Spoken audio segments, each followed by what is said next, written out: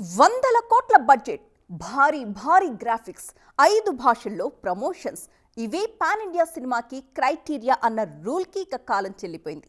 ఎందుకంటే recent movies box office లెక్కలు మార్చేశాయి.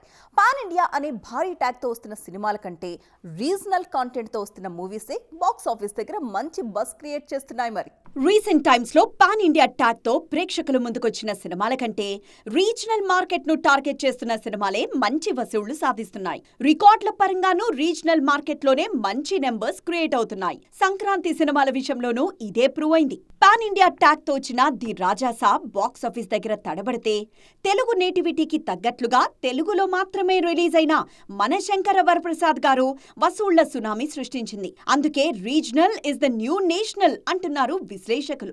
Recent times లో పాన్ ఇండియా రేంజ్ లో రికార్డులు తిరగరాసిన చాలా సినిమాలు రీజనల్ కాంటెంట్ తో మెప్పించినవే. ముఖ్యంగా పుష్ప, కాంతారా లాంటి ప్రాజెక్ట్స్ పక్కా నేటివ్ కథలతో వచ్చి నేషనల్ మార్కెట్ ను షేక్ చేశాయి. గ్లోబల్ రేంజ్ లో సౌండ్ చేశాయి.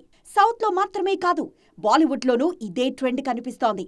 చాలా రోజులుగా సక్సెస్ల విషయంలో తడబడుతున్న బాలీవుడ్ రీసెంట్ సక్సెస్లతో మళ్లీ ట్రాక్ లోకి వచ్చినట్లుగానే కనిపిస్తోంది.